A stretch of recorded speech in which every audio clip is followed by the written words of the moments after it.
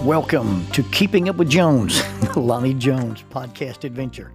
You are going to hear the stories from the eclectic life of a guy who is a professional counselor, a family man, a SWAT team chaplain, outdoor enthusiast, a guy involved with ropes, 10th Planet Jiu-Jitsu, a chaotic Jedi, and who is a recipient of an honorary doctorate from the University of Adversity.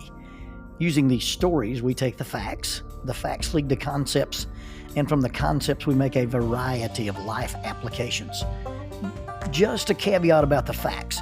Most of the time we will tell you the facts just the way it happened, but once in a while we'll give you the facts the way other people remember how it happened, and that usually includes a tablespoon of embellishment. No harm is meant, just good, clean fun for educational purposes. Please subscribe and share this with your friends. As always, we thank you for keeping up with Jones, the Lonnie Jones podcast adventure. Faulkner University introduces the Master of Arts in Christian Counseling and Family Ministry. Many youth ministers are not well prepared for the complex challenges facing youth, parents, and families today. This program is not designed to fulfill any requirements toward becoming a licensed counselor, but it is designed to equip the career youth and family minister to do just that, minister to families, by integrating prevention-oriented counseling skills and intervention strategies within a church setting. The courses include, but are not limited to, counseling skills, counseling couples and families in crisis, family dynamics, human intimacy and sexuality, parent and character education, as well as church assessments. All courses may be completed online from the convenience of your home or workplace and at the time that fits your schedule. Most courses are only 8 weeks long. There is a 60% tuition discount for members of the Churches of Christ. Visit the website faulkner.edu/KGST. KGST stands for Curley Graduate School of Theology.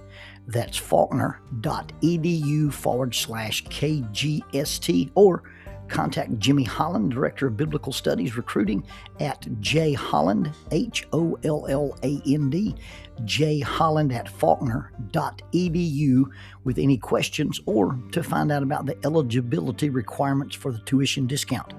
Faulkner University is a sponsor of Keeping Up with Jones, the Lonnie Jones podcast adventure.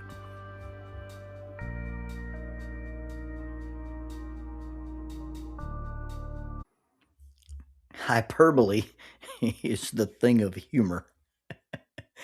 We had this really gung-ho kid on the ropes course one year, and Derek and I referred to him as Captain America. When Greg Wilder used to write me letters in college, he would address the envelope to Reverend Jim, and he would mark the Jim out, but he would mark it out so lightly you could still read it. The Reverend Jim X'd out Lonnie Jones because he thought it was hilarious to connect my last name Jones with the cult leader in Guyana. The SWAT guys get a lot of mileage out of calling me an elf, and we get the whole Keebler elf thing, and anytime there's cookies or fresh cookies or baking cookies or hollow trees, somebody has to make a comment about an elf. When Lonnie Beth was younger, we lived beside some people, and their children were atypical children. They didn't play outside a lot. And, young girls, when they're friends with other young girls, sometimes have drama. Well, in the times when they didn't get along, Lonnie Beth referred to them as the vampire children because we never saw them in the daylight. And she even got to where she called their dog Christmas. And you'd catch her out by the fence talking to the dog and say, "Hey, don't eat what they feed you. They're trying to fatten you up and eat you for Christmas. They're vampires. Don't do it." And so, with hyperbole being something that I have not only been used to, but been abused by, it's not shocking that when we ran into this guy, I began to call him Tony Soprano. My dad and I were deer hunting. And it's the only time I've ever paid for a guided deer hunt. Now, I've hunted out of state with some guys, and I've bought out of state tags and stuff. But this was, hey, I found a lodge. And you could go down to this lodge and you could stay there, and they would feed you and they would take you out into the stands, and they had all these wonderful pictures about the deer that had been shot on the property. And I called them. I called him and said, "Look, my dad's in his 80s, and he doesn't walk in the woods very well anymore. And I'm trying to take him hunting, but the last couple of times we've been, he's fallen either out of the chair or even fallen on his way in. And I wonder, can I bring my dad down to your place and have you deliver him to the shooting stand, either in an ATV or a truck? And can I come with him? Now, I don't want to be a shooter. I can't afford both of us.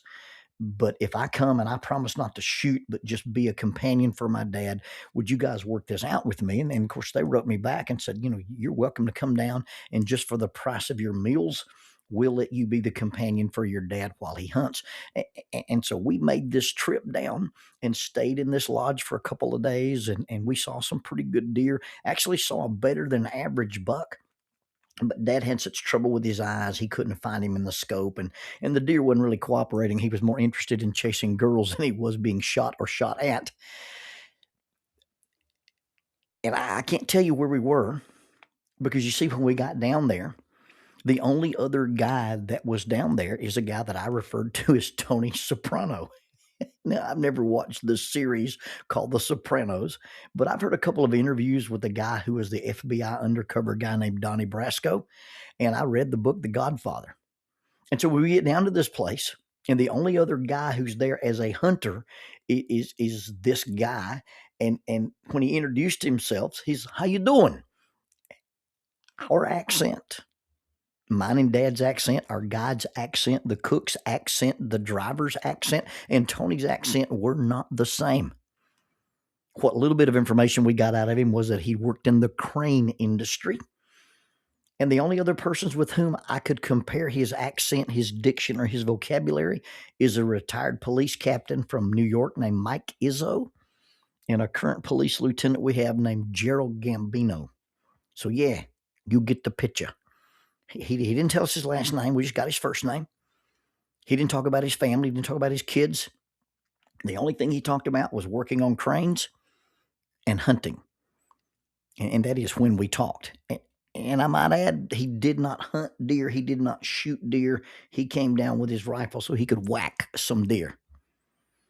This guy was obsessed with a cable TV show. And anytime he went into the great room of the lodge and he was watching TV, it was this thing where people are trying to smuggle stuff through customs. They're trying to smuggle stuff in the airport, and they get caught. I think the show is called To Catch a Smuggler. Every time I entered the room, the Don was watching this show. It was a very, very fun trip. Me and Dad had a great adventure. But we got to the end of our trip on the last day. Dad's a friendly guy. He said, "Hey, I want to get a picture of everybody." And so we posed for pictures with the guides. We posed for pictures with the cook. We took a picture of the guy who drove the ATV, and he wanted to take a picture of Tony Soprano, but Tony deferred. He said, "I don't really like to have my picture made. No offense. Forget about it." And quicker than you can say bada bing, bada boom, my suspicions were confirmed and hyperbole became reality. Well, maybe not. He may or may not have been La Cosa Nostra. He may not have had a certain familial connection or be able to make you an offer you could not refuse. But let me just tell you this. I would not borrow money from him, gambling with him, or buy anything from the trunk of his car. I'm just saying. I don't really know that much about the Federal Witness Protection Program. I've read a little bit, some fiction, some nonfiction. But I do know this. The people who are involved in becoming federal witnesses and they get into the witness protection program, they break all ties with one life and they live a completely different other life. They get new names, they get new jobs, they get new places to live, they get new homes, and they get new friends. I can't imagine what it would be like to be transported from one life into another life. I can't imagine what it would like for a southern person to get relocated into the Northeast or the Northwest. I can't imagine what it would be like for a northerner to be relocated into the deep South. You'd have a change in culture. You'd have a change in community. You'd have a change in cuisine. You'd have a change in conversation. All of it has to change. The few times that I've been outside of my cultural safety zone, we were at the Inner Harbor in Baltimore, Maryland. I was escorting or chaperoning a 14-year-old volleyball team, and walked out of the hotel one morning, and this little girl was standing on the sidewalk, and she looked down in the dumps, and I'm like, "Sweetheart, what's wrong? You don't look happy." She said, "Mr. Lonnie, I'm just not happy." I said, "Well, what would it take to make you happy?" She said, "If I could just have some humidity and some sweet tea." I visited Zanesville, Ohio, and did a combination speaking trip and a hunting trip. And David Beck and his family, we went out to look at the Christmas lights around the town square. And I remember being in the town square at Zanesville, Ohio, and looking at this statue, and it had engraved on the bottom of it, "Dedicated to the brave men who lost their lives during the rebellion." I was like, "What rebellion?" And then I realized they meant the war of Northern aggression. I remember being in a little place on another visit up north, and the little waitress at the restaurant said, "Would you like a bagel?" I said, "Sweetheart, let me understand that. Let me make sure you understand that in Southern men don't eat bagels. In fact, a bagel is just a biscuit somebody ruined, and y'all been trying to pass that off to people because it's overcooked and you put cream cheese on it." Imagine being a witness and having to change everything in your life. What you eat, what you like to eat, who you hang out with, what you do for fun. Imagine being a witness and testifying, and then living the rest of your life in secrecy, seclusion, and for the most part with deception, because you could never really tell people who you really were or what you'd really done. And you could never again talk about the thing that changed your life forever. You can never talk about it again. And if you did and they found you, then your life would change drastically again. There were men that Jesus commissioned to be witnesses. He said, "You will be my witnesses." And there was no witness protection. Those men who received the commission, "You will be my witnesses," were forewarned that this witness would cost them and cost them their lives. And of the 11 faithful disciples, only one of them died a natural death. They became witnesses of Jesus' life, his death, his burial, his resurrection, and they didn't hide and they didn't sneak around. In fact, they boldly confronted the same authorities that were responsible for the crucifixion of Jesus. And when they stood in front of those men and boldly confronted them about what they'd done, the men who were the authorities, they noticed that these men who had no formal education, these men that were formally uneducated, they noticed the radical transformation, and they described it as they had been with Jesus. Christians are called to be witnesses. And although there is supposed to be a dramatic change to their lives, when they become Christians, they don't move, they don't hide, they don't relocate, they don't live in secrecy or seclusion. Now, some people think that when people become Christians, they change their names. I think this is a confusion because of the transformation in the Bible from Saul to Paul. Well, that's not actually a name change. You see, Paul was a Roman citizen, and his Hebrew name was Saul, but his Roman name was Paul. And since he worked with the Hellenistic population, he just simply used his Roman name Paul instead of his Hebrew name Saul. He never shied away from his past. He never shied away from his former life. It was part of his testimony.